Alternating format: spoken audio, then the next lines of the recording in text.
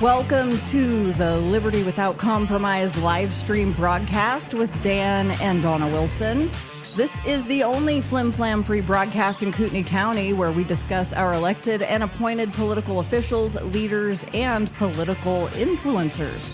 Tonight, the local political frauds really are frauding right in your face constantly, and they're banking on the fact that you don't know, don't care, or maybe a little bit of both. Tonight, we expose more of that, plus a lot more action. Join in on the conversation with your questions and comments. You can type those right into the comment section on whichever platform you're watching, whether that's Facebook, Instagram, or on X.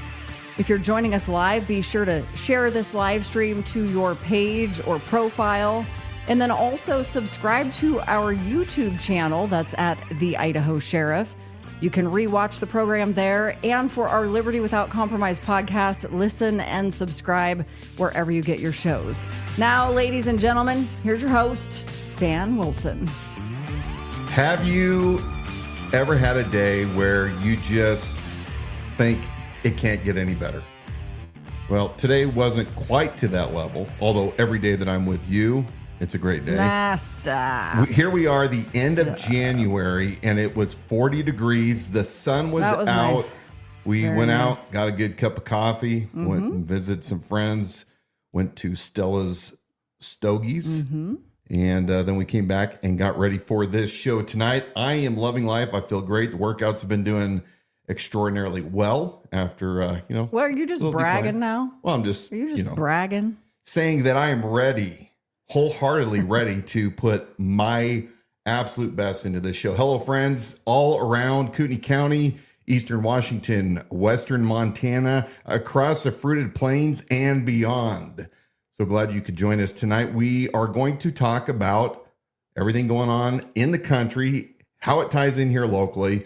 We're going to discuss a rumor that's brewing at the Kootenai County Sheriff's Office, as well as... I love it when you come in here with those rumors. Well, I love that from part. Credible sources, as well as what everybody is freaking out about on this immigration deportation plan that's been unfolding right before our very eyes. But I want to remind everyone that Liberty Without Compromise resulted from my previous 2024 run for Kootenai County Sheriff. And we have unfinished business. I love meeting and speaking with people all around, whether it's locally or nationally, about liberty, about those great principles and lessons that our founders gave to us when they gave us this republic, if we could keep it. So we also have unfinished business, I personally, with Bob Norris and DC Matari, all their cronies, those that are currently running Kootenai County politics and the so-called conservative Kootenai County Republican Central Committee that, in my opinion, has been infiltrated and overtaken by people that are not really liberty-minded. They say they're conservative, but they are tribal at a minimum. So we have many things to discuss tonight. So I probably better get right on it. Yep, lots of things to discuss, and then realizing some of the other unfortunate facts that we've got political influencers also in this area that, and we're not uncovering all of that tonight because we've got stories we're still working on. And like Dan said, we want to get it right when we bring these things out and expose them. But political influencers who have come into our area 2020 and then specifically through the 2024 election, and some really disturbing things that we're finding from places they came and the behaviors that they were doing in those states and cities, and then mysteriously arrived on scene in Kootenai County. So those are some things we're working on exposing, and that's going to be important for you to know and understand. In Kootenai County, we have many different rings that are up to things that I don't believe are good. They're not on the up and up. They're dishonest. And they are separate, and yet they are joined together by a few key people. One of those happens to be Sheriff Robert B. Norris. Now, Bob Norris came here from the Los Angeles County Sheriff's Department around 2013. Although, if you look at some records, He claimed a homeowner's exemption up here while he was voting in California, living back and forth with his fourth wife at the time. We don't know what the real story is, but we do know that he and DC Matari made it up here around 2013. Bob, of course, served many years at the Los Angeles County Sheriff's Department, the last several years under the Fusion Center. That is the Homeland Security umbrella organization that combines at the Sheriff's Office, FBI, CIA, three-letter agencies in their JWAT, the, what do they call it? The Joint War on Terror. That's not a good thing, folks. You know that these DHS operatives are all over. Spoke with somebody last week that informed me in the know that there are over 2,000 FBI and or related operatives right up here in this region. So Bob Norris is very, very comfortable, and we're going to talk about this in a little while, with his Homeland Security buddies. I'm curious if Kristi Noem knows what's been going on up here in Kootenai County.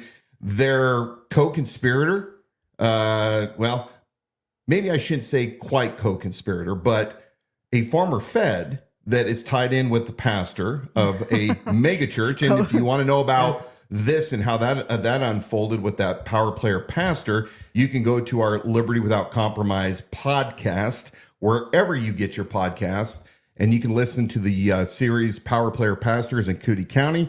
But this former federal agent is involved with not only the sheriff, but the pastors. There's a lot's going on. So I'm kind of curious whether Kristi Noem, Kash Patel, have any idea about these people and what they're doing right here in Kootenai County.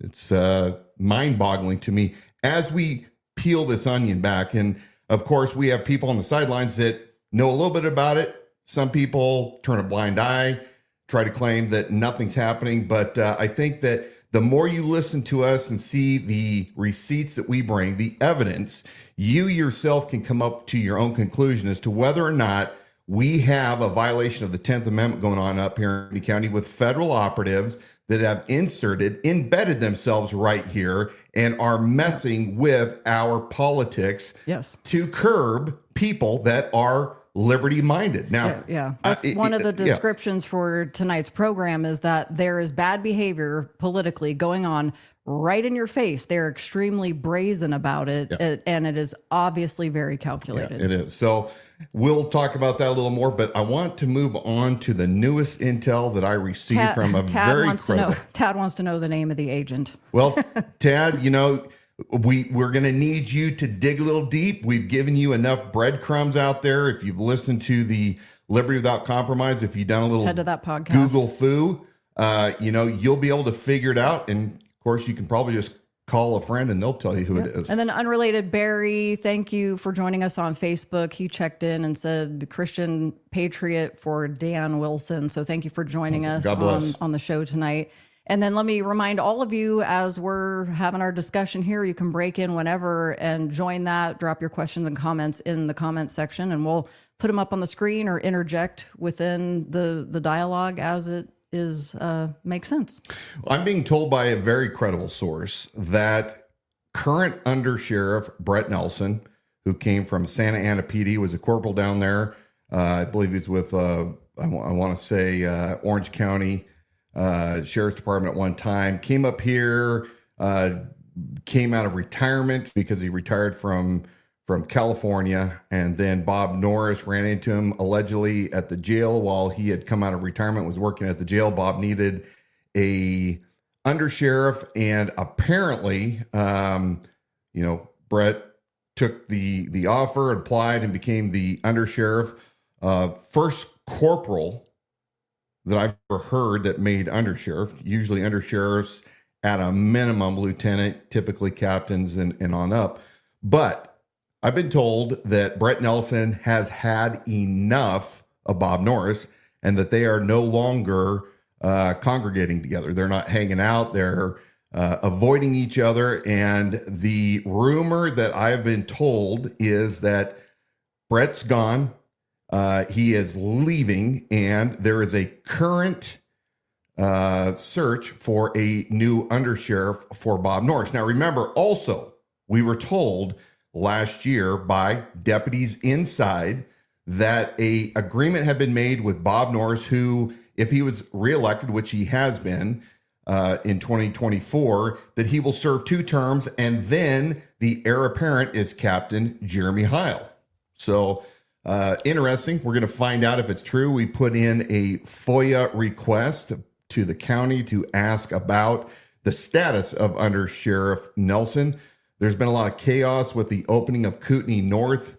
Many of you in Kootenai County have been following that there was a decision to buy the old Kootenai Electric building way up north in Hayden, Idaho. Hayden, Idaho is not the seat of the county, which is Coeur d'Alene, and they decided to purchase that building and move their operations up there. And I've been told it's been a major, major mess. Fingerprint appointments have been canceled.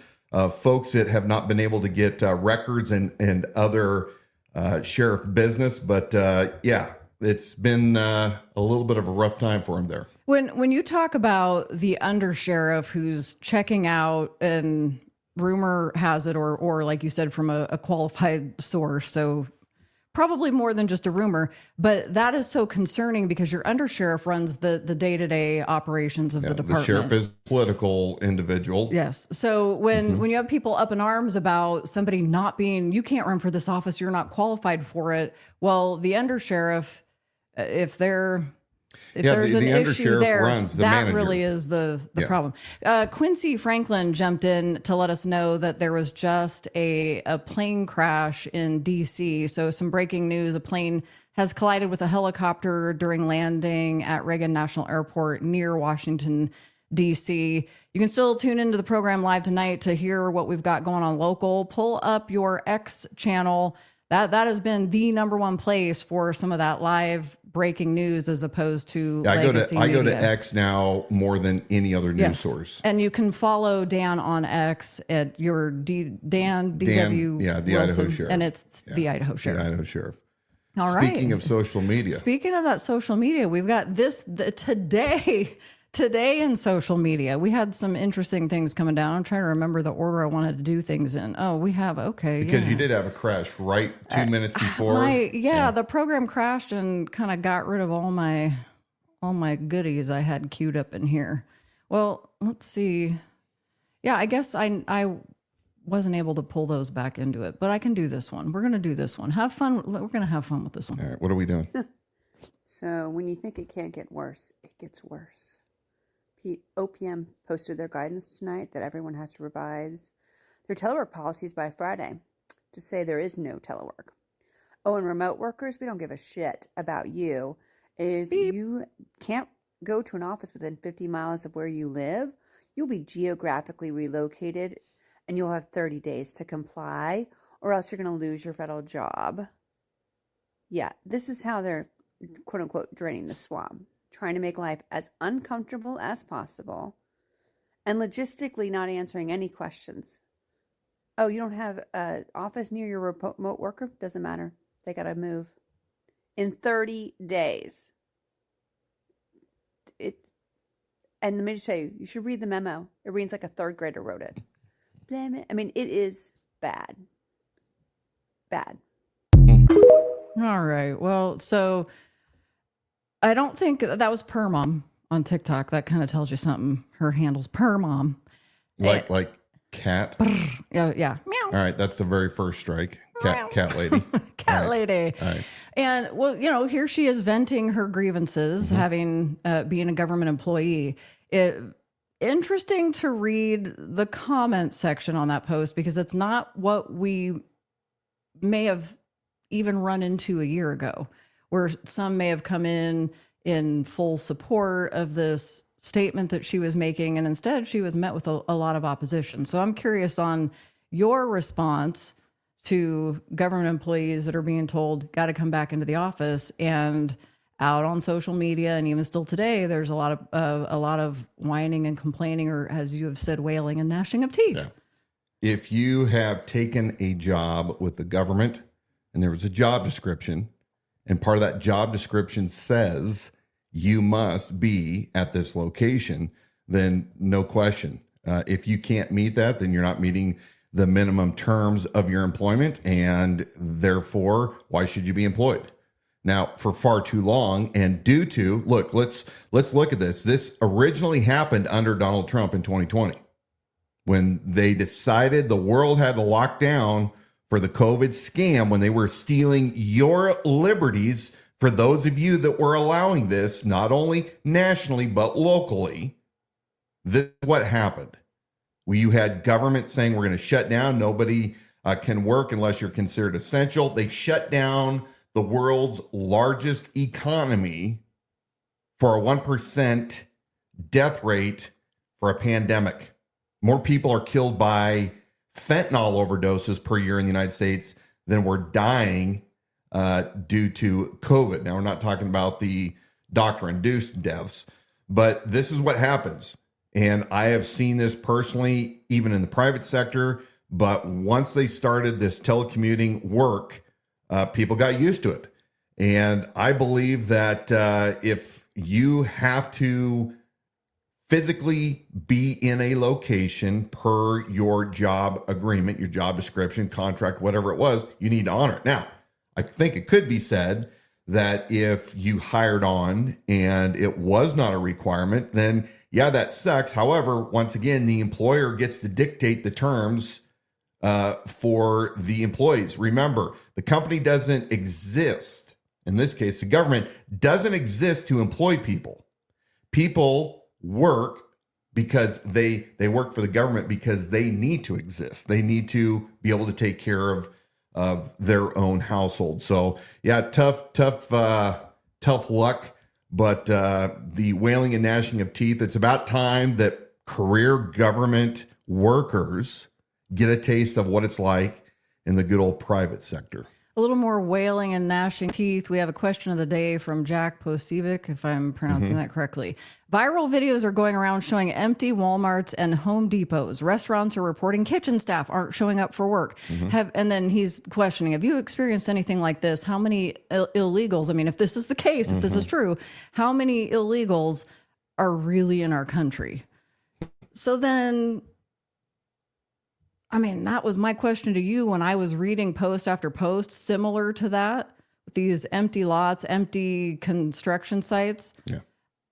How many of these employers in America, I mean, if that's the case, how many of them then are doing illegal business practices by hiring people who are, I don't know. Or is that even happening? I don't know. It definitely is happening. Yeah. But, you know, with the social media reports, who knows how to verify whether or not these places are empty because there are no customers and no, workers working at the various venues. Well, I will say in the comment section of his post there on X, there were a lot of people going, I call BS because in the area I am, that it's business as usual. The restaurants I typically go to, those Home Depot, Walmart parking lots, it's this. So there were report after report of people saying this just isn't the case. It's something that's being thrown around kind of like a scare tactic. And so, just not the case. Yeah, I think there's a lot of untruths that have also emerged in order to detract from the overall job of what it appears that this current administration is attempting to do, which is scale back government drastically. I heard today that they are offering severance packages for people that they're going to lose their job. They can quit voluntarily now and get severance until September, which is pretty generous, 9 months, versus getting fired at a future date. Which gives them enough opportunity for 9 months to go find a replacement job. I still think, and people will disagree if you work in government. I get that. I have family members that work for federal government. I never have. I've never received one federal dime. I didn't participate in the payday protection plan that rolled out. I've never received any kind of subsidies or grants from anybody, let alone the government. So I'm a little bit cold-hearted on it, but I'm really sick and tired of people that have only worked for the government thinking they have it so bad. The reality of it is you don't. You have it far greater. You have a cush life if you work for the federal government, especially state, pretty close there. And one of the reasons I know this is because in my business, we routinely work inside state, local, and we have worked in federal locations as well. And I mean, some of the laziest people I have ever witnessed in my life work for the state of Washington. I'm seeing a lot of very similar comments to that same effect, where people are drawing that to light, who either know or even have worked government jobs, and they're raising a hand and saying, look, I was there and I admit it. You know, it's bad when you make a position for a guy in an office whose basic full-time job is to wander 20,000 square feet and continually, perpetually look for things to complain about safety-wise. And we're not talking about, brazen safety violations. We're talking about measuring countertops to make certain they're within a quarter to a half inch of spec for ADA, and making certain that doors have the proper, poundage for opening for ADA. I mean, we get it that there's regulation and we try to conform to that and obey the law, but some of this stuff is so out of control. And then the rest of the time just wanders around with a coffee cup making a lot of money. So I don't know. I don't have a lot. In fact, I have really very, very little sympathy for any government employee. Dan calls that the guy, a guy on any job site wandering around with a coffee cup. Dan's name for that is he's the supervisor. Okay, one more on today in social media. So Mama Smurf Guzman over on X says, is it just me, or have people lost their humanity? They cheer when Fed workers lose their jobs or when immigrants get arrested, when immigrant children are too afraid to go to school, cheering when friends and neighbors lose their public assistance. What is wrong with people? Tell me you are a little Marxist without telling me you're a little Marxist.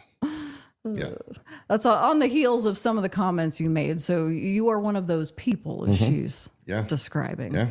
Yeah. Where, even my carpenters and tradesmen that work for me, they are employed because they offer a skill set. And I believe they're going to become very valuable, even more valuable in the next several years. Yeah. So, that's likely. And then very blatantly says when immigrants get arrested, illegal immigrants. So everybody's losing their mind on the left, and look, we lost our mind on the right side. I think for cause, when you're destroying the country with your Marxist communist actions, like we've seen the last 4 years, without the rule of law, DEI hiring, all of the above. So I guess it's natural.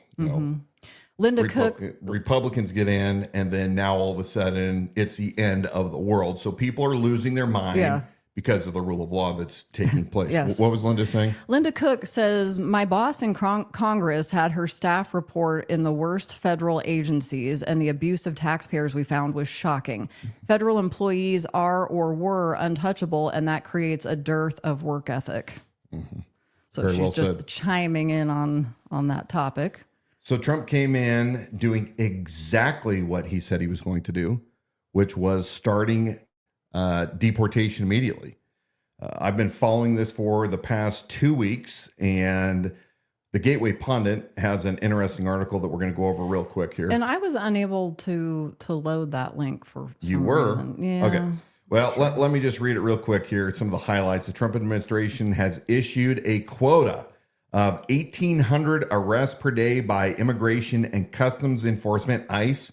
By the way, Bob Norris, ICE is, those guys that come in and take illegals and deport them out of York County, just in case you don't know that. According to the New York Post, the agency's 25 offices must make at least 75 arrests each day to meet the quota. Since President Trump took office less than 10 days ago, ICE has made approximately 4,500 arrests. Speaking to CNN on Tuesday, White House Deputy Chief of Staff Stephen Miller explained that the quota is a floor, not a ceiling. So first of all, the numbers you cited are a floor, not a ceiling. Very importantly, they're a floor. The goal is to arrest at least that many, but hopefully many more. He goes on to say, an ICE official who is not authorized to discuss the quota said the agency's list of criminal suspects was sufficiently long so officers would be able to continue prioritizing public safety and national security threats to meet quotas. Last year, ICE told lawmakers there were about 670,000 immigrants on its caseload who had criminal convictions or face criminal charges. Some are serving sentences in jails and prisons. People are losing their minds because they're saying, well, Trump said he was just going to go after the criminals. Well, they're going after the criminals, and simultaneously they're going after the really bad criminals. And what I mean by that is the criminals are those that are illegally, contrary to our laws. Don't care what the reason is that you determined that you needed to be here, but you came here illegally. No different than if somebody was in your house and they came in for whatever reason, you would not like that. We, the American people, are sick and tired of having to deal with this on a national scale. So yes, you are a lawbreaker if you came over here. I've said this forever, right? I call them illegal invaders. Second of all, the really bad criminals that are also being taken off the street, according to this one, it's about 600, almost 700,000 individuals. That's larger. That's about the size, the combined size population of Spokane County to our west and Kootenai County. That's just about, if every person that lives in Spokane County and Kootenai County were joined together, that's how many supposed illegals that we have here in this country. So look, with 20 million and more likely 40 million illegals here in this country, these 4,500 a day really is not a huge number. So Ron over on Facebook commented, unfortunately, I don't think people understand that to make changes, there will be adjustments that may not be comfortable. And that's too why being in a leadership position is it's a difficult task that most people are not suited for, contrary to what we've been led to believe, that you can work your way up into a leadership position, but having to choose things that you're going to have people coming after you, and it's going to hurt and be painful. Yeah.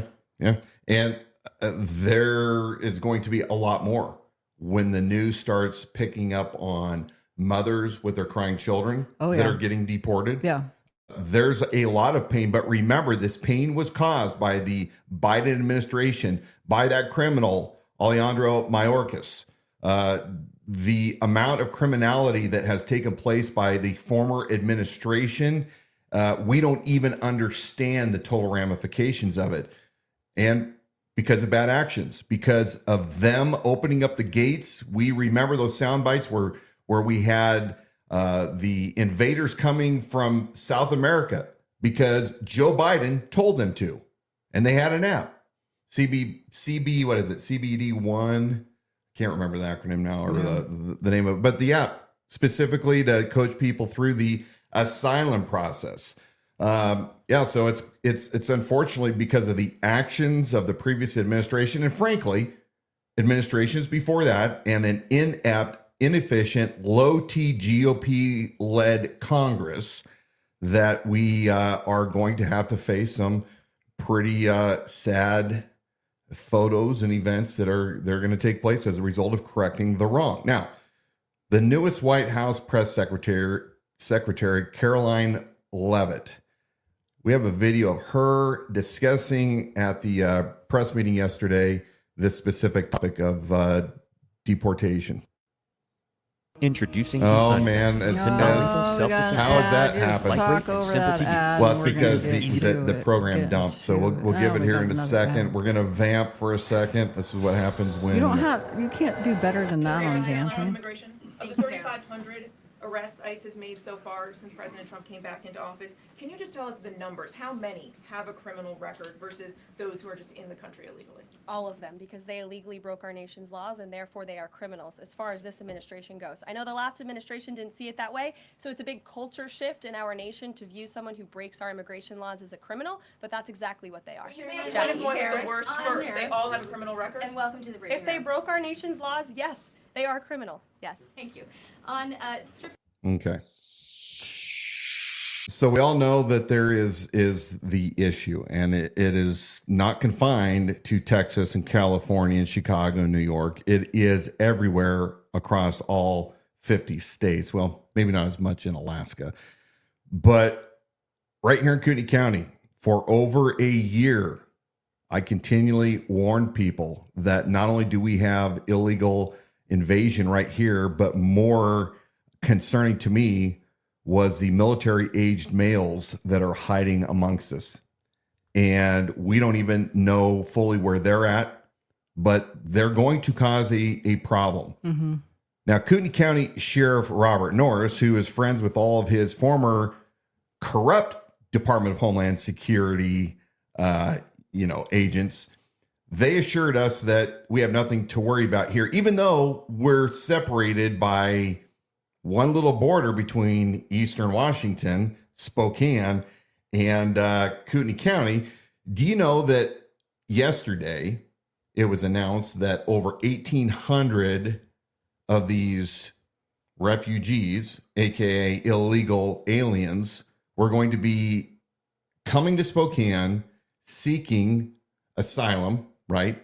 Not our federal asylum, but they're running away because Washington State, the communist state that it's become, and Spokane has decided that they're going to be sanctuary cities.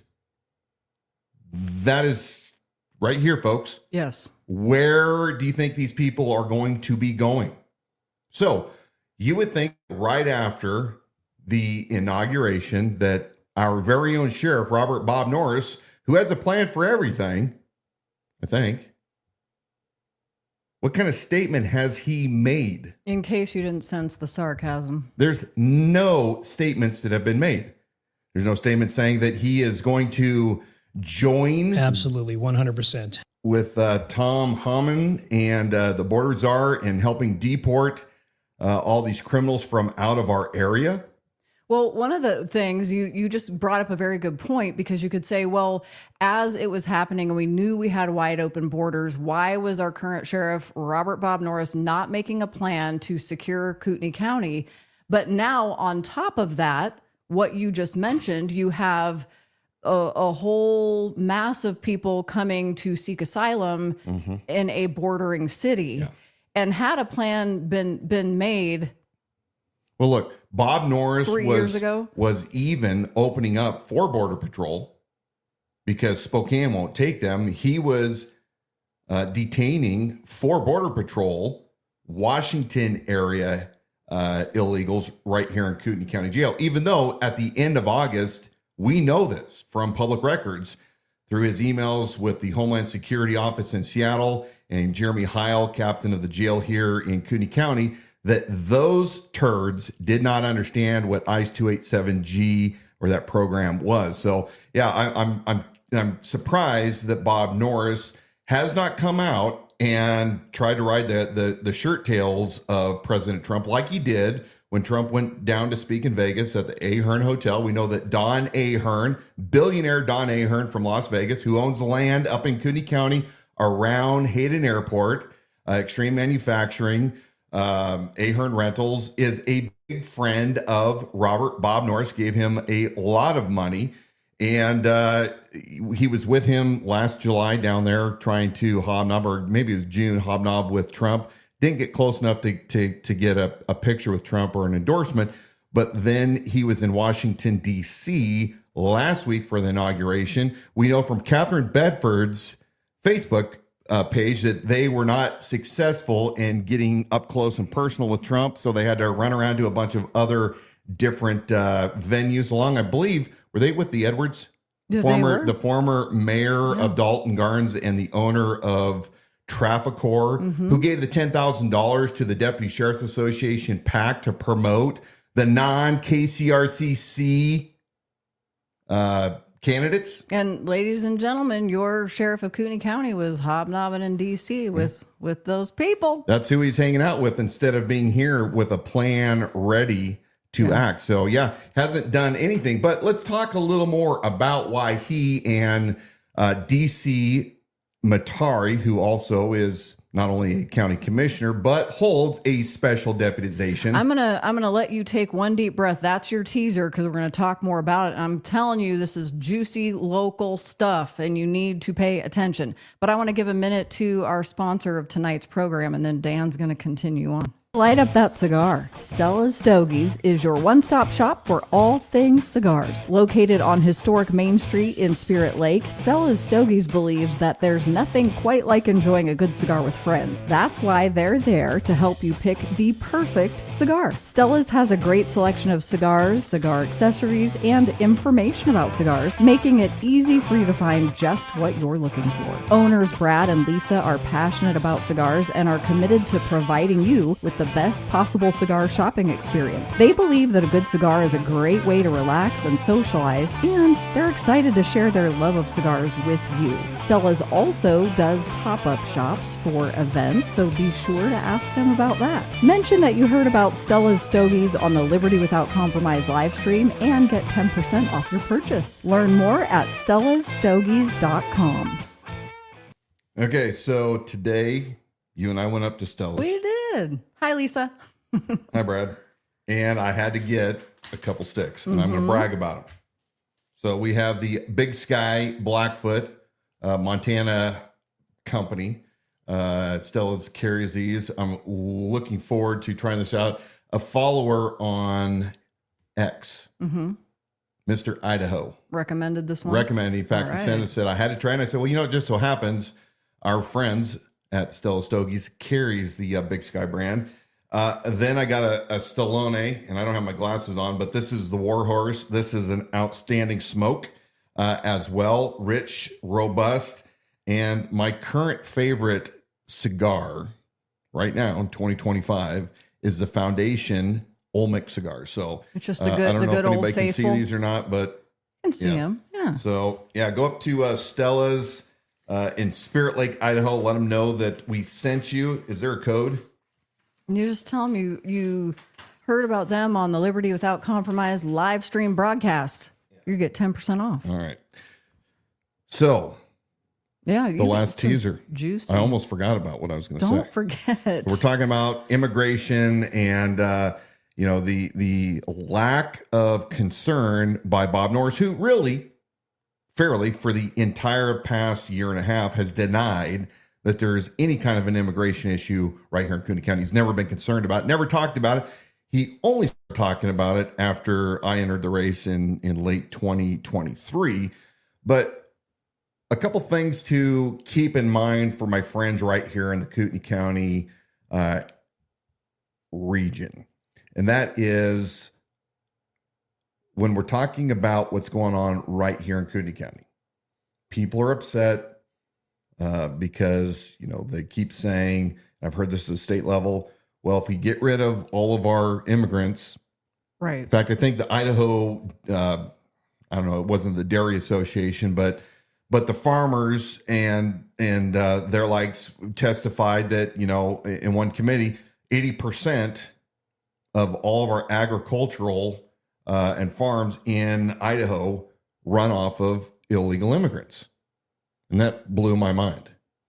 So right here locally, we hear people rumbling and saying, well, hey, we're going to lose people that will do the work that Americans will not do. Mm-hmm. You and I have had this discussion. I adamantly disagree. I think that once you get rid of people that are here illegally, then those that are on welfare that aren't currently working might find some opportunity to get some dignity, to work hard and be a productive part of your local community. So right here in Kootenai County, we have an organization, which we're going to talk about here in just a second, that provides these special visas. If we go to slide number 1, this is a little reminder for folks because it's easy to forget when you start hearing about these visa work programs.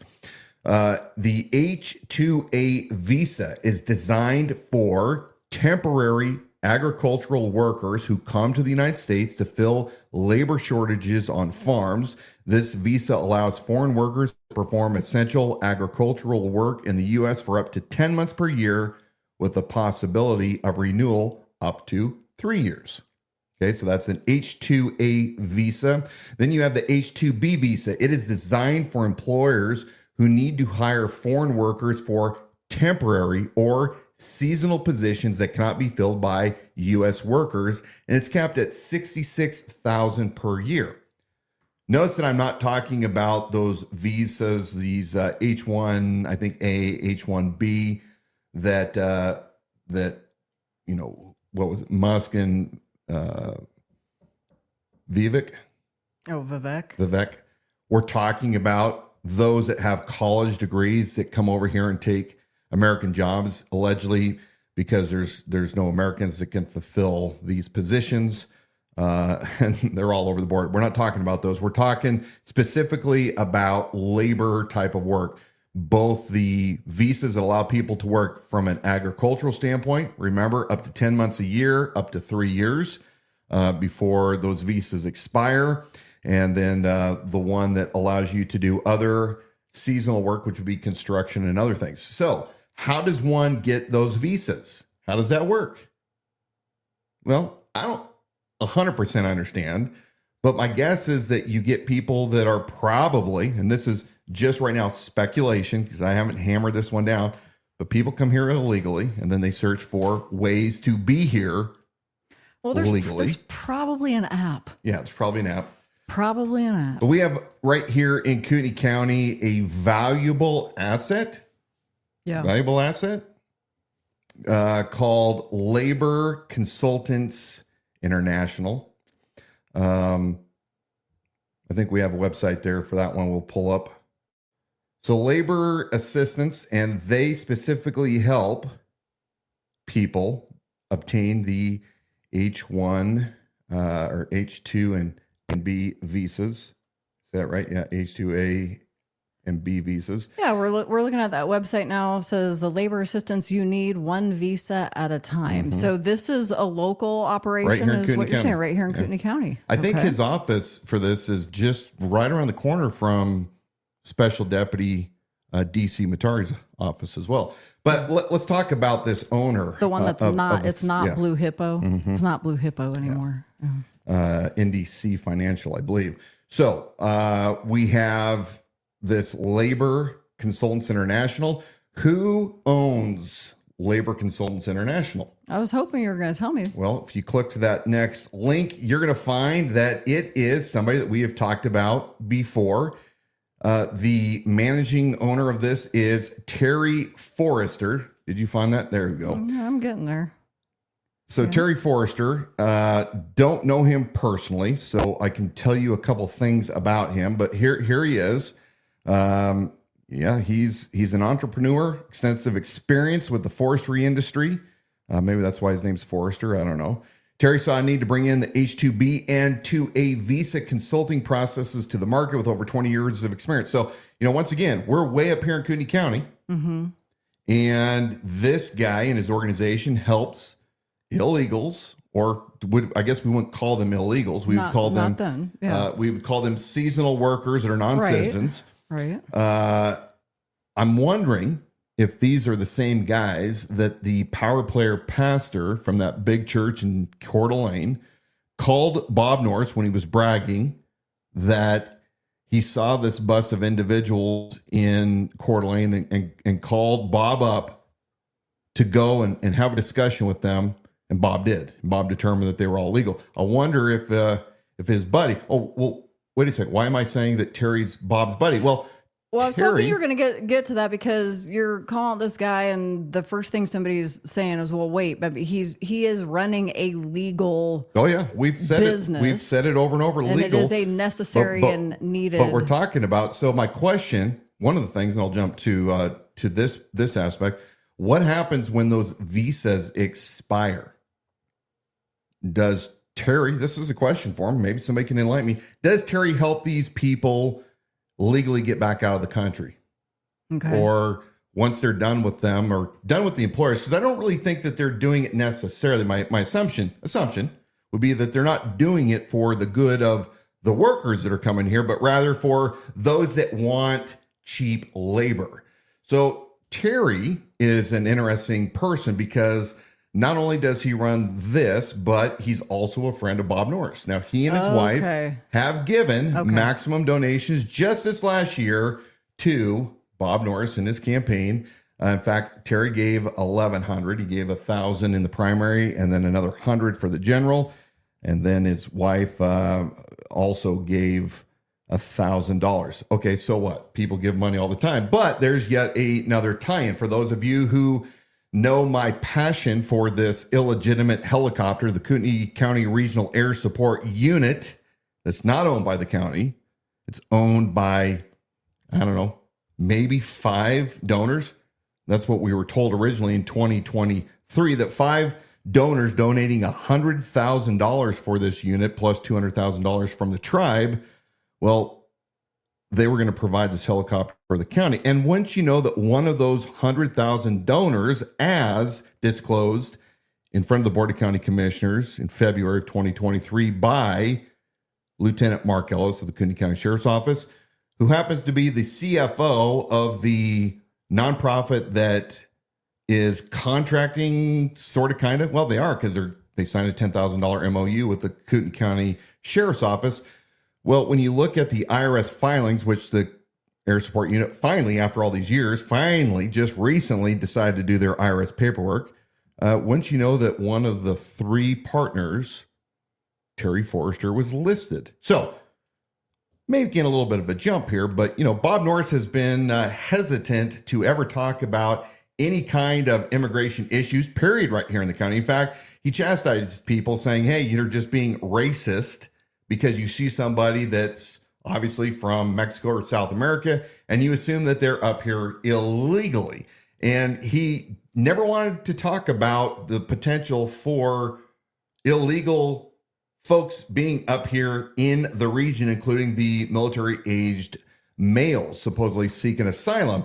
And isn't it interesting that the power player pastor asked him to go down and check these buses that he was seeing at Walmart? And Bob did it.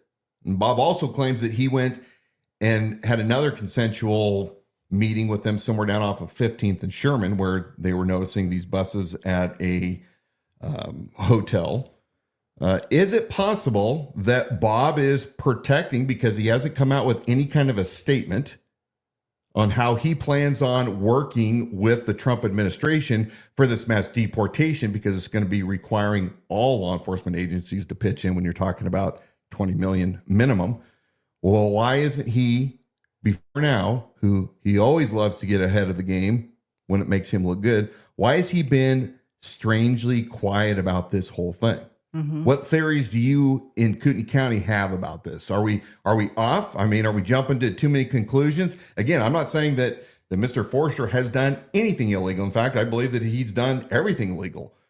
But the question is when you have somebody that is solely producing a product that plays hand in hand, arguably, with immigration that's not legal, what's happening to those people once their 3 years are up? And why are they so? Why are those very same people so invested in the sheriff's race in Kootenai County, the position of the sheriff, the financial ties and support to that? Yeah. Mm-hmm. They're just good questions. There is another organization right here in Kootenai County that this individual has been running a similar operation for quite a long time. He lives in Post Falls, gives a lot of money to the Kootenai Republican Central Committee PAC. And there's been a lot of rumors circulating about that organization. Can't verify any of those, so I won't say them. But folks, as I've always said, look at what is going on, not what people are saying, and also pay attention for what people are not saying. This guy, this sheriff right now, should be, because he does this, he's an attention whore, would love to do nothing more than to tie himself with a very strong president. Yeah, but yet there hasn't been a statement made. He was out of town for, it sounds like, probably a week as all of these things are unfolding, rather than here in our county At bare minimum, I mean, if there's no boots on the ground work that he needs to be doing because he's all prepped and prepared, then make a public statement about how you plan to work or work against the president. I mean, what are his intentions? What is his plan? Yeah, I said early on back in April of last year that I would absolutely, once Trump was in that interview, said that it was going to require for deportation all local law enforcement. I went on the record then. That's been, over a year ago or under a year ago, and said that I would absolutely cooperate with the Trump administration to do whatever we needed to do. So yeah, it's fascinating to me that Bob has been silent on that. We're going to find out how silent he's been through some record requests. We'll see if they're lying or not. And it is a problem because what he's proven is he is not proactive. Well, he's been reactive when he's called out on something. And he says that the LPRs that he wants so badly can help find illegals. Right. So, I mean, he kind of talks out both sides of his mouth. One quick comment from Shannon and CJ. They're joining us on YouTube tonight. Thank you, the two of you. They still have great concerns about our northern border that nobody seems to talk about. Rightly so. Yeah. Yeah, we'll see what the administration is going to do, what kind of resources they're going to pull towards there. But we were just up in Bonner County last weekend. I didn't make it all the way up to Boundary, but there should be the sheriffs in those regions coming together with a volunteer posse to help patrol parts of that northern border. Idaho's border is not really that wide. They're up at the top. It seems like a vulnerability that we're not talking about. Yeah. So in the past couple of weeks, there has been this growing concern about the emergency operation plan for Kootenai County. Yes, let's talk about this because this has been a heated topic locally. In the beginning, when I was running, I frequently cited my belief that the Kootenai County Sheriff's Office should have a citizens posse, vetted citizens posse made up of every citizen in the county with any kind of expertise in order to secure our county for any kind of man-made and or natural event. Because as I always said and have been saying for well over a year and a half, you cannot depend on the federal government. You can't depend on the state government. Nobody's coming. It's up to us. And we saw this play out in real time last year. We saw with the hurricanes that came into the East Coast, how inept and probably criminal, really, FEMA was, Federal Emergency Management Act. And their ineptness, not only there, but also in Maui, whether that was intentional or not. I mean, there's lots of good arguments on both sides. I don't know. But here's what I can tell you. Nobody can better protect its own community than the community itself. So I find it hilarious after months and months and months of talking about this and the opposition. And when I say the opposition, I'm not talking about the nice Democrats that we met. The Democrats, yeah. Right? Because, I mean, we traditionally think of our opponents being, well, you're Republican. And of course, I was an independent. And you have the Democrats. There are some that I had a Democrat walk up to me in a coffee shop saying, well, I'm concerned about your policy. And once I explained it. Yeah, that was a good conversation. Yeah, it wasn't about grabbing people and arresting them and vigilantism. But the people in the Republican Central Committee, the tribe, the folks that are more about their party affiliation than they are over the policies and principles, never campaigned for Bob Norris on this very topic. They called him a constitutional sheriff, even though he wasn't the one endorsed by the Constitutional Sheriffs and Peace Officers Association. I said over and over and over again, bypass FEMA.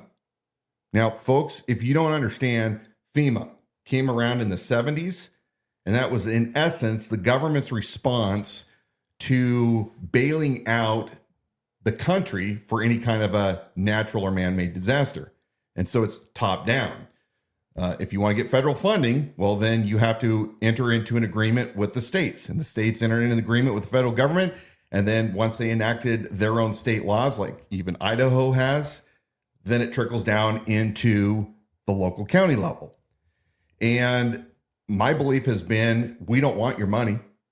You can take care of your own federal infrastructure if you have it, but let the people deal with ourselves let's secure our own county. Let's get it prepared against wildfires. And by the way, I heard that Bob Norris went to a bunch of the local fire chiefs, and he said, hey, I don't want a Palisades to erupt on my watch. And, I just want you to know that I'm behind you. And it's like, well, bro, if it's outside of a fire district, you, the sheriff, are responsible for it, not the fire districts. It's amazing to me that he doesn't even understand those concepts. So yeah, I was a big believer for a long time that, yeah, sure, statutorily, you have to have an office of emergency management, but just because you go along with that and have a plan doesn't mean that we couldn't come up with our own plan and bypass it all.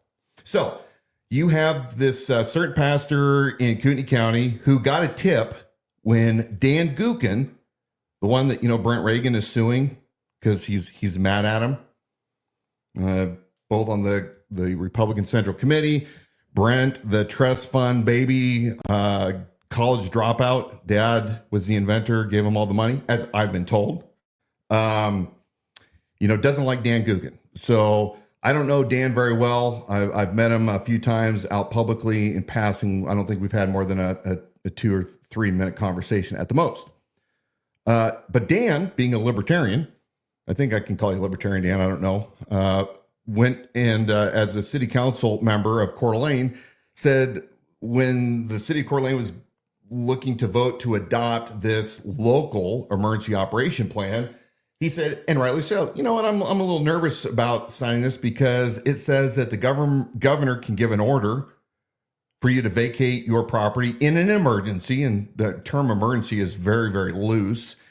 And if you don't vacate, you can be arrested.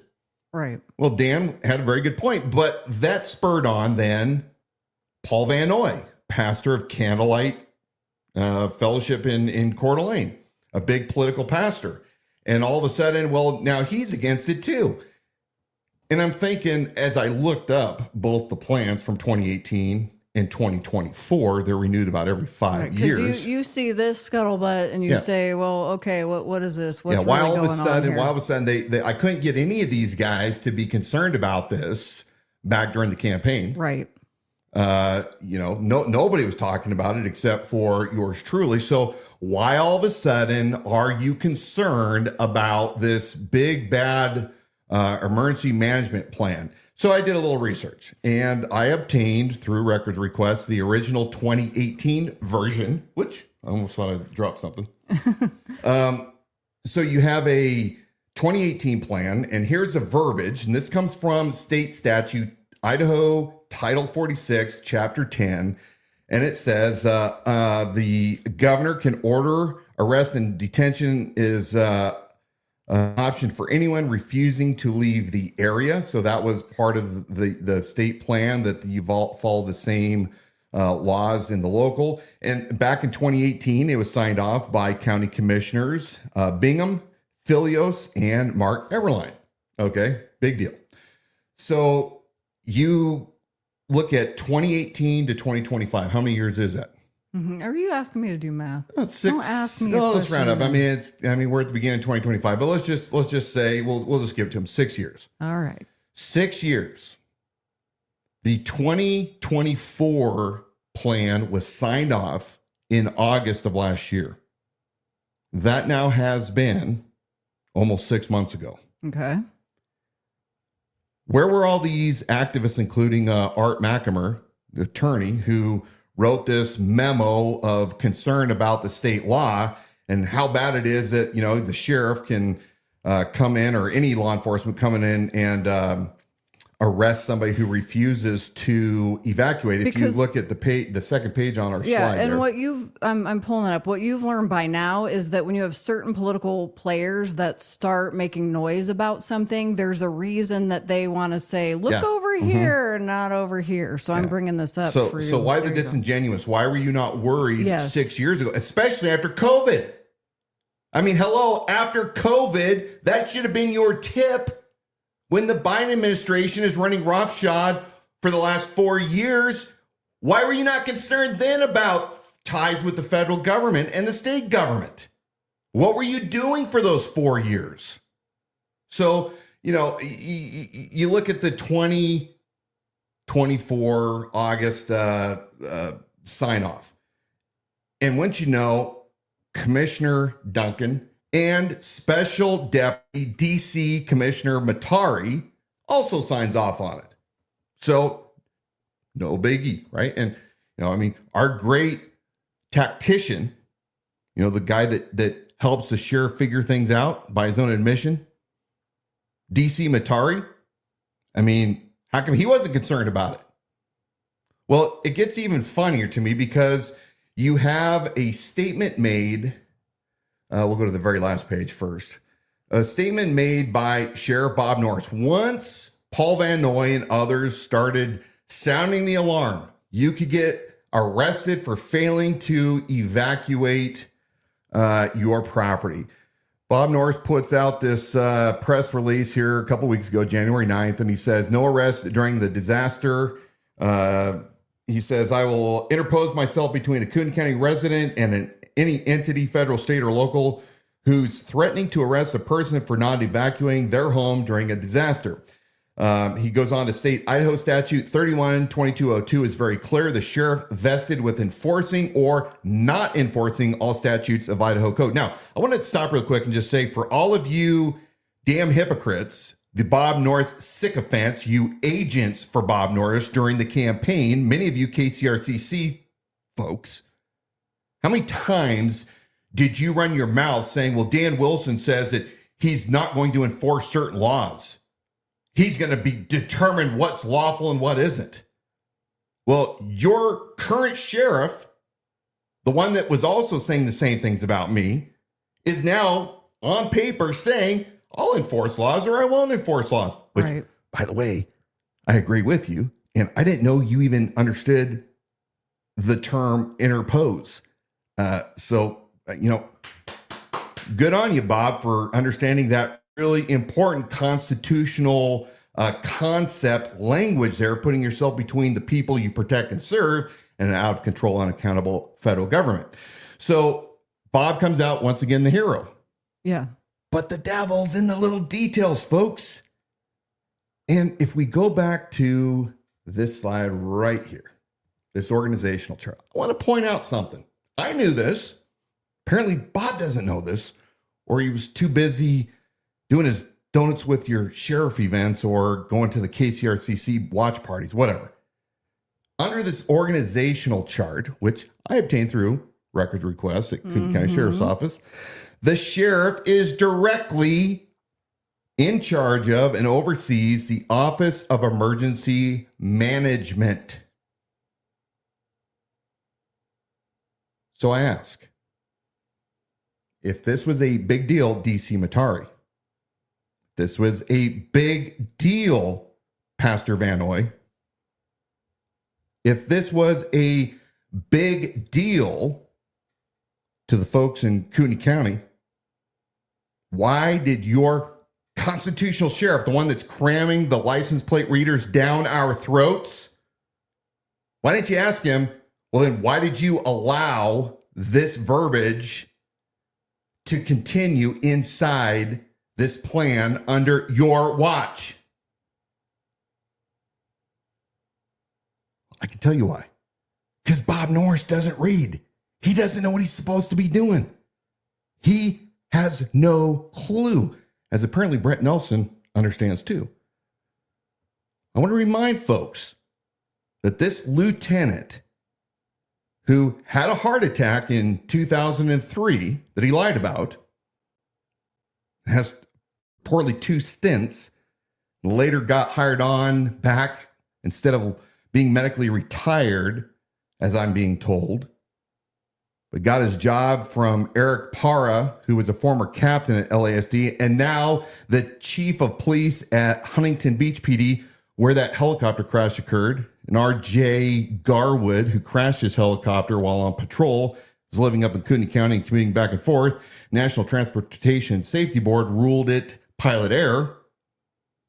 Those guys are all intertwined. This is what Bob Norris has to say about himself on his campaign website. He brags he's a 30-year law enforcement career. He worked patrol, custody, narcotics, gangs, investigations, counterterrorism, and emergency preparedness. Goes on. Under his bio at the Kootenai County Sheriff's Office, he brags again. He was elected to lead an anti-terror team at the Joint Regional Intelligence Center, that's a fusion center, after 9/11. His assignment was to manage personnel resources from local, state, and federal agencies. His responsibilities also include the planning, logistics, and response to man-made and natural disasters.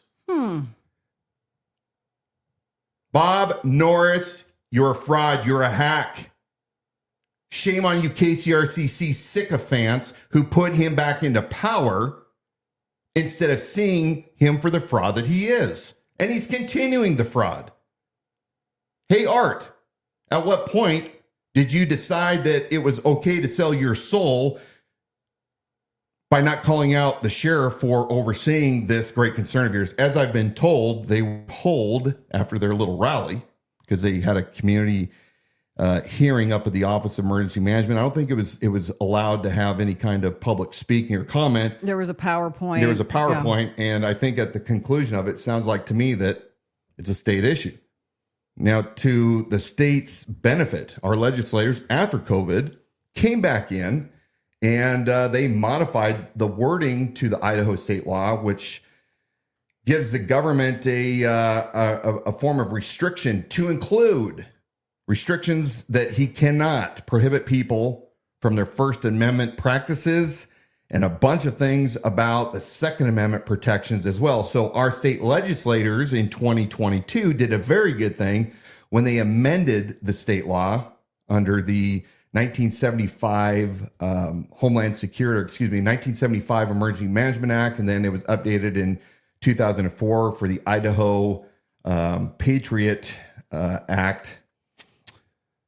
Yeah, they fixed it so that they learned that the governor was a tyrant during COVID and was exceeding his legal authority, or really he was taking advantage of it. I guess it wasn't illegal, but he wasn't doing the moral thing, which was to let people live free. He wasn't protecting people's rights, and he wasn't letting our representatives, the legislature, convene in order to address this so-called emergency. So right here in Kootenai County, this is a dog and pony show. Had they been concerned about this last summer, I might have sat down with them at a table and discussed what it looks like when it comes to liberty without compromise compared to that document. Ask yourself the question, why are they just now concerned after their mortal enemy, the KCRCC? Because again, remember folks, these groups are basically the KCRCC and all their ancillary little meetup groups. Same people. They show up and they're not at all concerned the fact that Dan Gookin, who is no longer in their good graces because he dares to be different, well, they jump on his shirt tails from what it appears to me, unless somebody can prove otherwise. And they decide to usurp that and make a big deal out of it without doing their research. Mm-hmm. Remember, Sheriff Bob Norris, ultimately the one responsible for the Office of Emergency Management.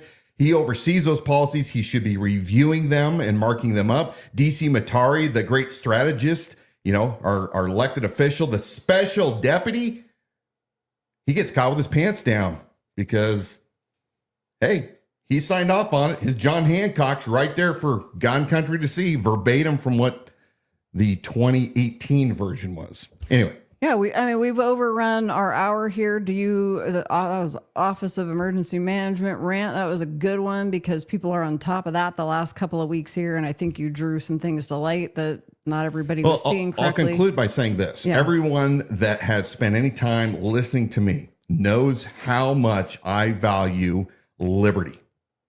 Life, liberty, property, and we've made it our goal to talk about all things liberty without compromise. We're not going to trade our dangerous liberty for certain security.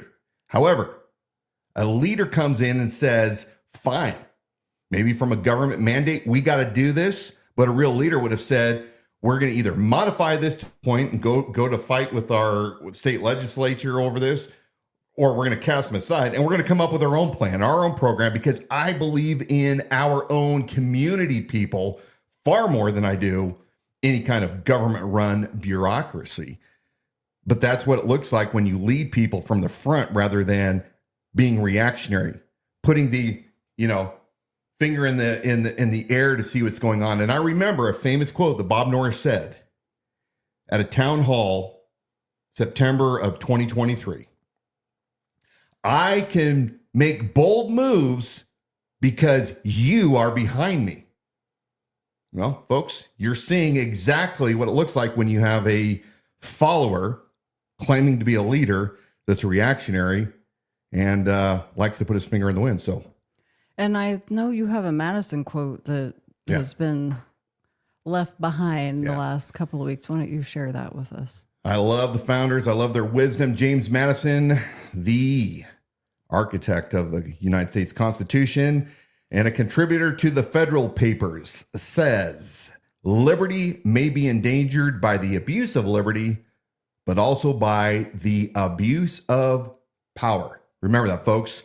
You must be the vigilant one when it comes to all things liberty without compromise. We want to thank you for joining us for the Liberty Without Compromise live stream broadcast. And thank you to our sponsors tonight, Stella's Stogies over in Spirit Lake on Main Street. Stop on by. And they have a Galentine's event coming up this weekend on Saturday, I think. But check out their website, stellasstogies.com, for more information. If you like cigars, go up and try one of these Stallones. Yep. Yeah, I don't think you'll be disappointed. Tell them that I sent you. Yep, and great place to get gifts, and they've got other neat Idaho things there too. So not just cigars. If you're listening back on our podcast or a video replay, remember you can always catch us live on Wednesday nights at 7 p.m. on Facebook, YouTube, or X. Learn more and purchase apparel at libertywithoutcompromise.com. And for our podcast, be sure to listen and subscribe wherever you get your shows. Wherever. Now remember, stay strong and of good courage. Break a couple plates every now and then. Stand up for liberty. Stand up for what you believe in. We didn't descend from any fearful men, but men who were brave, understood the times, and dedicated their lives and their fortunes and their sacred honor. You'll have to excuse me. I'm going to go clip this beautiful cap on this Olmec cigar. I'm going to light it up. Time to light up. I'm going to enjoy time with my beautiful bride. We're getting lots of thank yous on the screen, so I'm popping them God up bless there. y'all.